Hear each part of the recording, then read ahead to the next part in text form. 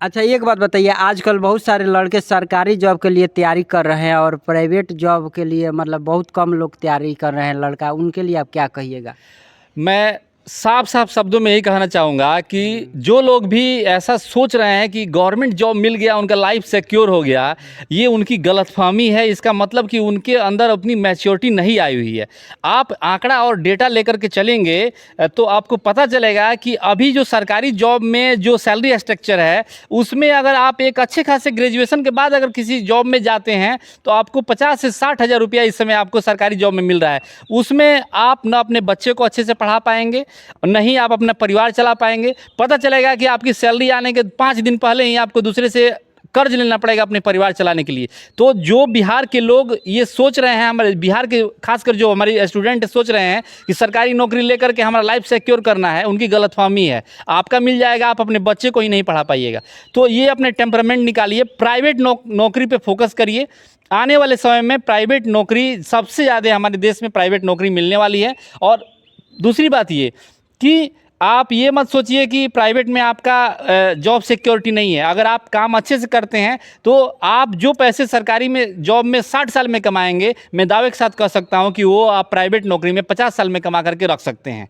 तो ये कभी लाइफ सिक्योर पे बात नहीं करिए। शॉर्टकट का कोई फार्मूला नहीं है, कठिन परिश्रम करना होगा। आजकल के हमारे बच्चे क्या कर रहे हैं, फेसबुक यूट्यूब पर रील बना रहे हैं। रील बनाइए, कम से कम आपकी नौकरी बन जाए, मिल जाए, उसके बाद से रील बनाइए। इंटरनेट का सही उपयोग करिए। फेसबुक पे आजकल देख रहे हैं कि नया ट्रेंड चला हुआ है कि हमारा लाइक कमेंट और हमारा इतने फॉलोअर होना चाहिए। 10वीं क्लास के बच्चा हमारे, हम ही बात करते हैं तो बताते हैं सब कि भैया हमारे 20,000 फॉलोअर हैं हमारे। हम भाई, इस फॉलोअर से कुछ नहीं होने वाला है। नौकरी जिस दिन नहीं मिलेगी तो ये जो भी आप डेटा मोबाइल का खा रहे हैं ना, तो आटा आपको खरीदने के लिए पैसा नहीं मिलेगा। तो आज आपका समय है, इस फ्री के जो इंटरनेट की जो फ्री का कंटेंट मिल रहा है इंटरनेट पे, इसका सही उपयोग करिए, नौकरी पाइए, अपना परिवार को आगे बढ़ाइए, फिर इंटरनेट पे रील और वायरल और अपने लोगों का फोटो और ये जो भी ये कंटेंट है डालिए। शॉर्टकट कुछ नहीं है। हमारे 10वीं क्लास और 12वीं क्लास के बच्चों को मैं सजेस्ट करूंगा कि आपकी आर्थिक स्थिति सही नहीं है तो आप 10वीं और 12वीं के बाद से कुछ टेक्निकल डिग्री करिए, कुछ व्यवसाय करने के बारे में सोचिए, बिजनेस के आइडिया, नए नए बहुत सारे आइडियाज़ हैं, उनके पास जाइए। जो लोग अपने लाइफ में सफल हैं उनसे मिलिए, उनसे सजेशन लीजिए कि भैया हमको 10वीं 12वीं क्लास के बाद क्या करना है। अभी क्या है कि बच्चे जो हैं, जो लोग अपने ही क्षेत्र में है, मैं एग्जांपल दूंगा, मैं अपने पे ही ले रहा हूँ। आजकल बहुत कम बच्चे हैं जो ये पूछते हैं कि भैया 10वीं 12वीं के पास क्या करना है। जबकि हम लोग जब 10वीं 12वीं में थे तो इस क्षेत्र के जितने पढ़े लिखे लोग थे, हमारे सीनियर थे, एक एक लोग से हम लोग जा करके मिलते थे, अपने सीनियरों से बात करते थे कि भैया हमारा इस साल में हमारा हाई स्कूल होने वाला है, इसके बाद से 10+2 में हम कौन सा सब्जेक्ट लें। जब 10+2 हो गया तो हमारे देखते थे कि उस समय कौन कौन लोग बाहर टेक्निकल, कुछ मेडिकल में लोग थे, कुछ इंजीनियरिंग में लोग थे, उन लोगों से हम लोग जुड़ते थे, फ़ोन नंबर लेते थे। जब वो गांव पे छुट्टी में गांव आते थे, मिलते थे कि भैया हमको इंजीनियरिंग करना है, भैया क्या स्कोप रहेगा। तो कम से कम आजकल के बच्चे जुड़े भी, जो लोग इस क्षेत्र में हैं उनसे मिलें, उनसे उनका मार्गदर्शन लें। तो ऐसे आप सोचिएगा कि सब कुछ आपको मिल जाएगा, तो ऐसा संभव नहीं है। और रही बात बिहार की, तो बिहार में जो हमारे नेता हैं आज तो चांद पे पहुंचा रहे हैं। बिहार के जो हमारे नेता हैं आज चांद पे पहुंचा रहे हैं। कहें कि नहीं हम आएंगे तो चांद पे आपको लेके चले जाएंगे। हम दावे के साथ कहते हैं कि चांद पे हम भी नहीं पहुंचाएंगे, आप भी नहीं पहुंचाएंगे। आप जो बच्चे हैं हमारे ना, किसी भी परिवार में आगे छोटा से छोटा गरीब परिवार का एक बच्चा है, उसके घर के एक बच्चे को सही से आप अगर अपना मार्गदर्शन कर दिए और वो बच्चा सही से पढ़ लिया, चाहे छोटा और बड़ा नौकरी अगर पा लिया, तो उस परिवार का सर्वांगीण विकास हो जाएगा।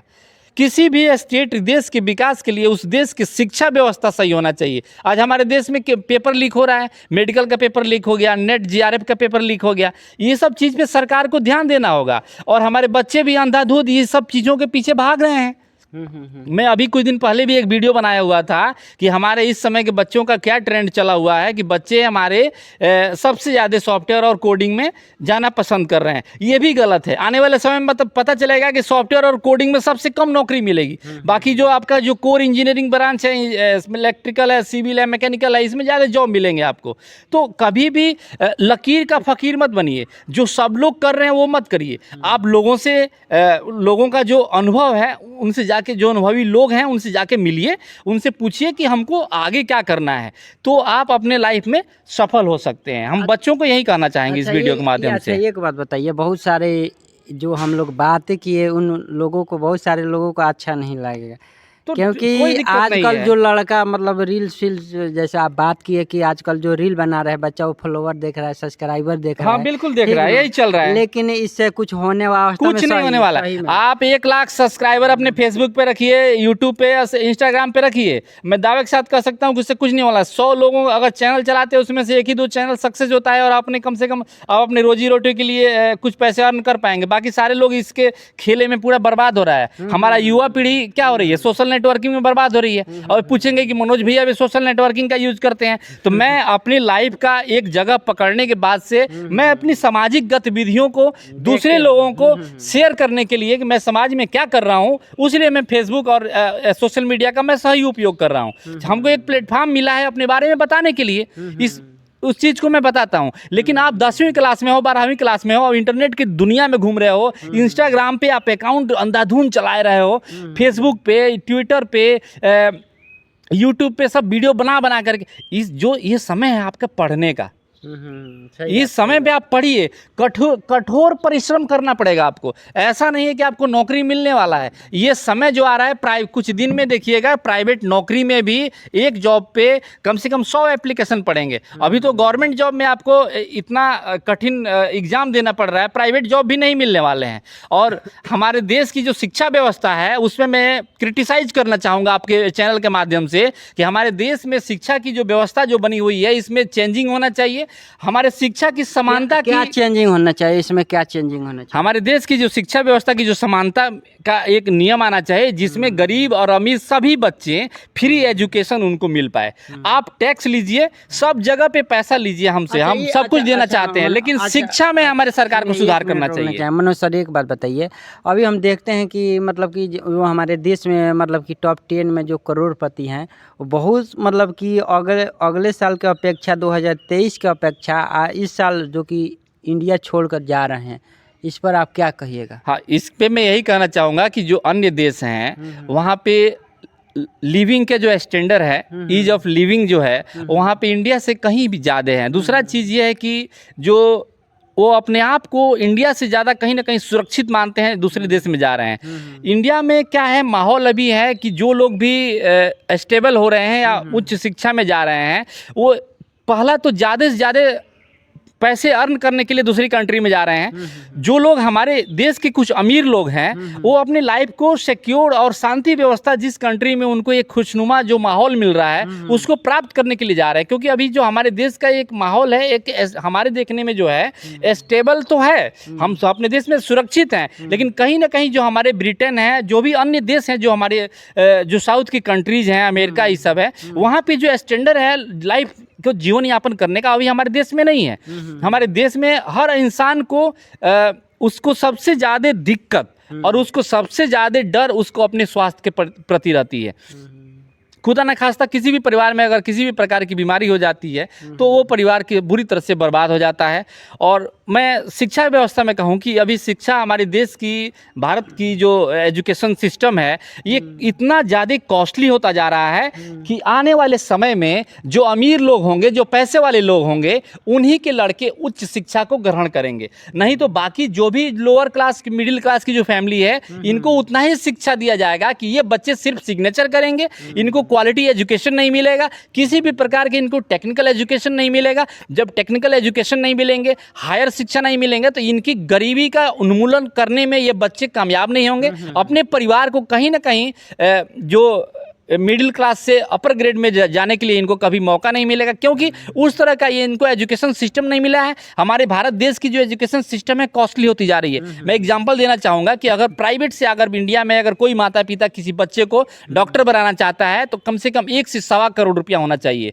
अगर BAMS की डिग्री अगर मेडिकल में लेना चाहता है तो 25 लाख की उसके पास फंडिंग होने चाहिए। आप बताइए कि हमारे इस क्षेत्र में किसके पास 1.25 करोड़ रुपया है जो आज अपने बच्चे को डॉक्टर बनाए। अगर बात करें सरकारी का, तो पूरे भारत देश में लगभग हमारे हिसाब से 3000 के आसपास में सरकारी सीटें हैं जिसमें फ्री ऑफ कॉस्ट गवर्नमेंट की तरफ से डॉक्टर बनते हैं। जबकि हमारे देश को हर साल 3000 डॉक्टर की जरूरत नहीं है, बहुत सारे डॉक्टर की जरूरत है। बाकी बच्चे हमारे एक एक सवा करोड़ रुपया दे करके डॉक्टर बन रहे हैं। और ये किनके बच्चे बन रहे हैं? उद्योगपति हैं, बड़े बड़े जो सैलरी वाले लोग हैं, एलीट क्लास के जो हैं, जो IAS PCS हैं, इनके बच्चे बन रहे हैं। ये जब 1.25 करोड़ प्राइवेट कॉलेज से 1.25 करोड़ रुपया दे करके जब डॉक्टर की पढ़ाई करके जब आएगा समाज में, तो इसी समाज में, इसी सीवान जिले में, बिहार में अगर वो अपना क्लिनिक अगर मेडिकल खोलता है तो उसका पहला जिम्मेदारी ये रहेगा कि हमारे पापा ने 1.25 करोड़ रुपया हमारे मेडिकल की पढ़ाई में लगाया हुआ है, तो कैसे इस लोगों से पैसा ऐंठा जाए। अच्छा, उनका मजबूरी बने, उनकी मजबूरी बनेगी, उनके ऊपर 1 करोड़ की लोन भी है। तो सरकार को सोचना चाहिए कि जो एजुकेशन सिस्टम है, कम से कम भारत के एजुकेशन सिस्टम में समानता का व्यवहार लाना चाहिए। गरीब का भी लड़का एक डॉक्टर अगर पढ़ना चाहे तो कुछ मॉनिटरिंग होना चाहिए कि प्राइवेट इंजीनियरिंग कॉलेज हैं, वहाँ पे भी लगभग 2 लाख रुपया फी 1 साल में है। एक नॉर्मल बीटेक की डिग्री के लिए कम से कम 15 लाख रुपया जिसके पास होगा, उसी परिवार का लड़का इंजीनियर बनेगा। तो हमारे जो अमीर लोग हैं, इन्हीं के बच्चे डॉक्टर और इंजीनियर IAS PCS बन रहे हैं। गरीब के बच्चे सिर्फ माइनस तो नहीं कहेंगे, 0.01% मानिए, यही बच्चे कहीं कि जो एक्स्ट्रा ऑर्डिनरी बच्चे हैं, वो बच्चे हमारे देश में आगे बढ़ रहे हैं। तो हमारे देश में आने वाले समय में अगर एजुकेशन सिस्टम पे हमारी सरकार ध्यान नहीं देती है, तो हमारे देश में आने वाले समय में अमीरी और गरीबी का जो गैप है, ये बढ़ने वाला है। अच्छा, अमीर लोग अमीर होंगे और गरीब लोग और गरीब होते अच्छा, जाएंगे। एक बात बताइए, अभी हमारे मतलब 2-3 महीने का बात है कि दुबई पूरी तरीके से मतलब कि नष्ट हो गया, ठीक न? लेकिन अगर वही बाढ़ इंडिया में आया होता तो क्या इतना जल्दी मतलब इंडिया वाले सुधार देते, इंडिया की सरकार सुधार देती? नहीं, इसमें मैं अपने शब्दों में ये कहना चाहूँगा कि इंडिया के पास उतना इंफ्रास्ट्रक्चर नहीं है जिस तरह का इंफ्रास्ट्रक्चर दुबई में है। वो 24 घंटा में, हमको जहाँ तक न्यूज़ से पता चला कि 24 घंटा में उतनी बड़ी जो बाढ़ आई थी, 24 से 48 घंटे में उनकी सर्विसेज और एयरपोर्ट जो है, हाईवेज हैं, सारा रिस्टोर हो गया था। लेकिन वही चीज़ अगर इंडिया में होती है तो इंडिया में लगभग उसको 1 हफ्ता लग जाएगा। एग्जाम्पल के तौर पर मैं आपको बताऊँगा कि एक नॉर्मल सी ट्रेन की दुर्घटना अगर हो रही है, मैं परसों अभी दिल्ली से जब मैं सिवान के लिए आ रहा था, तो गोंडा में जो ट्रेन का एक्सीडेंट हुआ था, उसको रिज्यूम करने में लगभग इनको 24 घंटे से ज़्यादा समय लग गया। तो हमारे पास मैन पावर नहीं है। और मैन पावर की आप बात करिएगा तो वहीं पे फिर मैं घूम करके आऊँगा कि हमारी वही इंडियन रेलवे है जो हमारे देश के लड़कों को जॉब नहीं दे रही है, कॉन्ट्रैक्ट पे रख रही है। और एक बंदा जो पहले 8 घंटा ड्यूटी करता था, वही काम आज हमारे उसी बंदे से 16 घंटे का करवाया जा रहा है।